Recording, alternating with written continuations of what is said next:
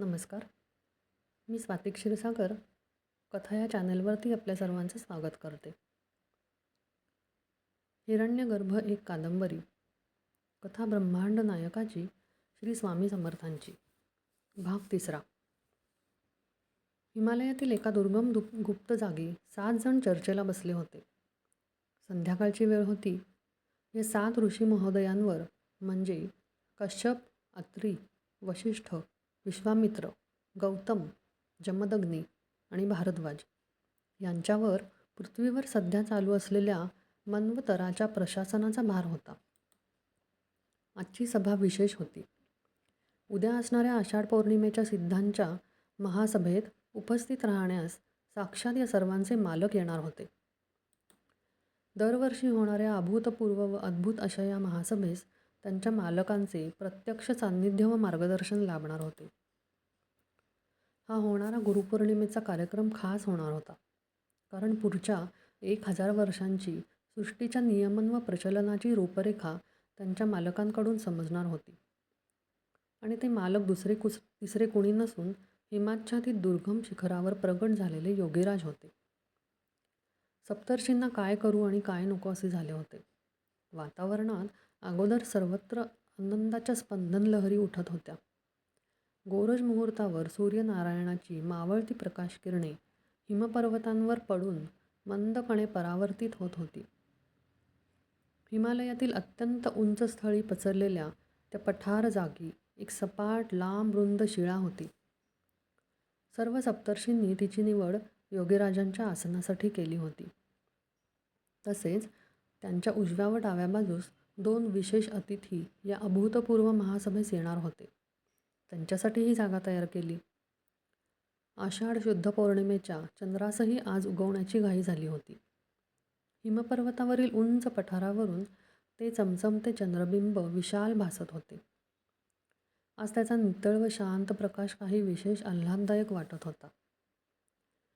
पुढच्या 2 प्रहर सप्तर्षींना बरेच काम होते, कारण ब्राह्ममुहूर्तावर योगीराज व विशेष 2 अतिथींचे आगमन होणार होते. कामाच्या लगबगीत असलेल्या ऋषीवर्यांनी शिखराखाली नजर टाकली. सर्व विश्वातील सिद्ध आत्मे होऊ घातलेल्या महासभेसाठी प्रकाशकणांच्या रूपाने तरंगत वर सरकत होते. जणू काही रात्रीच्या अंधारात हजारो चमचमणाऱ्या काजव्यांची लाट वर येत होती. सर्व आसमंत एका विशेष चेतनेने भरून गेला होता. इसवी सन 1148 ची ती गुरुपौर्णिमा विशेष महासभा सुरू झाली होती. सर्व सिद्ध आत्मे प्रकाशकणांच्या रूपाने प्रवास करून वरपर्यंत पोचले होते.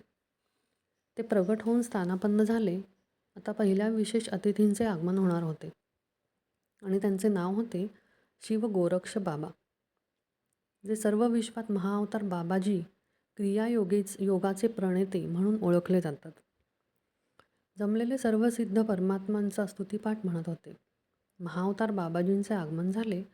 सप्तर्षींनी त्यांचे स्वागत केले व आसन ग्रहण करण्याची विनंती केली. आता दुसऱ्या विशेष अतिथींच्या आगमनाकडे सर्वांचे लक्ष लागून राहिले होते. विजांचा चमचमाट होऊ लागला.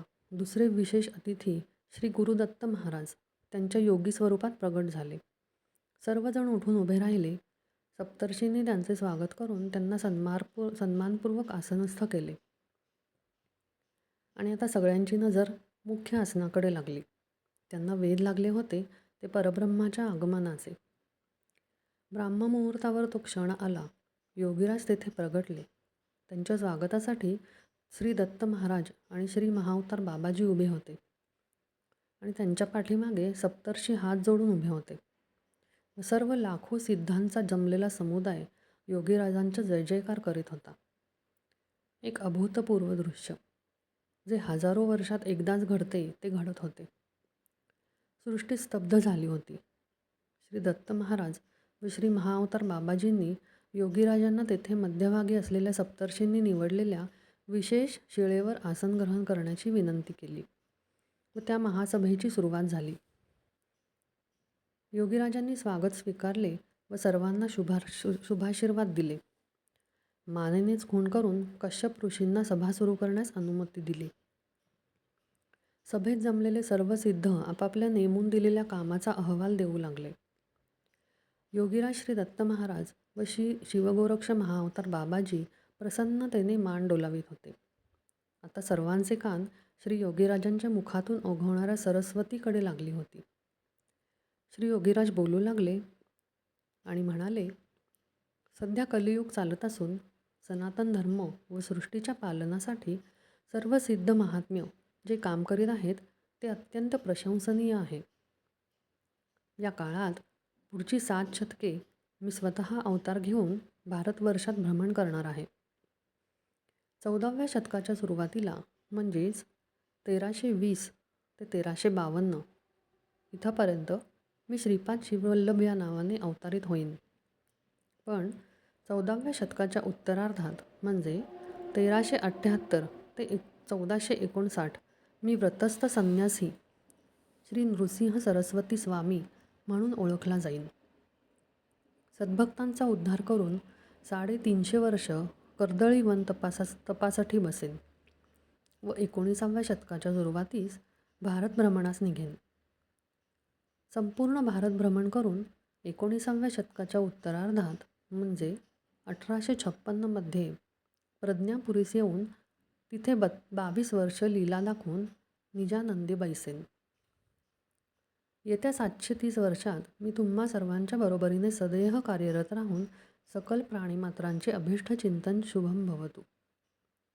महासभेचा समारोप झाला होता. उषक कालाची प्रकाशकिरणे डोकावू लागली होती.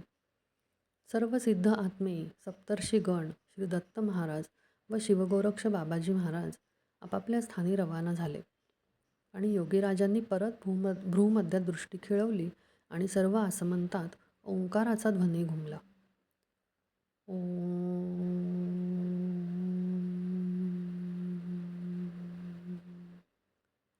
श्री अनंतकोटी ब्रह्मांड नायक महाराजाधिराज योगीराज परब्रह्म सच्चिदानंद उक्कलकोट निवासी श्री स्वामी समर्थ महाराज की जय. जय जय रघुवीर समर्थ. भाग 3 समाप्त.